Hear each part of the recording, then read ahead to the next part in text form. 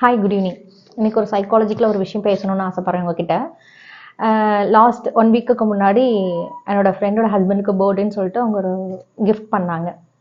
Gift பண்ணோன்னே அவர் வாங்கிட்டு எனக்கு இது பிடிக்கல அப்படின்னு சொன்னார். ரொம்ப மைண்டு டைவர்ட் ஆயிட்டாங்க அவங்க. ஸோ இது எல்லாருக்கும், அவங்களுக்கு மட்டும் கிடையாது. இந்த மாதிரி நிறைய இன்சிடென்ட் நிறைய ஃபேமிலியில் நடக்குது. ஹஸ்பண்டோ ஒய்ஃபோ இல்லை குழந்தைங்களோ அம்மா அப்பா ஏதாவது வாங்கி கொடுத்துருக்கலாம், உங்களுக்கு பிடிக்காம கூட இருக்கலாம். அது வந்து என்னன்னா அவங்க முன்னாடி சொல்லாதீங்க. எவ்வளோ அது அது ஒரு பொருள் நீங்கள் வாங்கி உடனே நல்லா இல்லைன்னு சொல்கிறீங்க, ஆனால் அந்த பொருள் அவங்க வாங்குறதுக்கு எவ்வளோ எஃபெக்ட் போட்டிருப்பாங்கன்றது அவங்களுக்கு மட்டும்தான் தெரியும். ஒருவேளை அவங்க கையில் காசு இல்லாமல் இருக்கலாம், இல்லை அந்த பொருளை வாங்குறதுக்கு அவங்களுக்கு போகக்கூடிய டைமிங் கிடைக்காம இருக்கலாம்.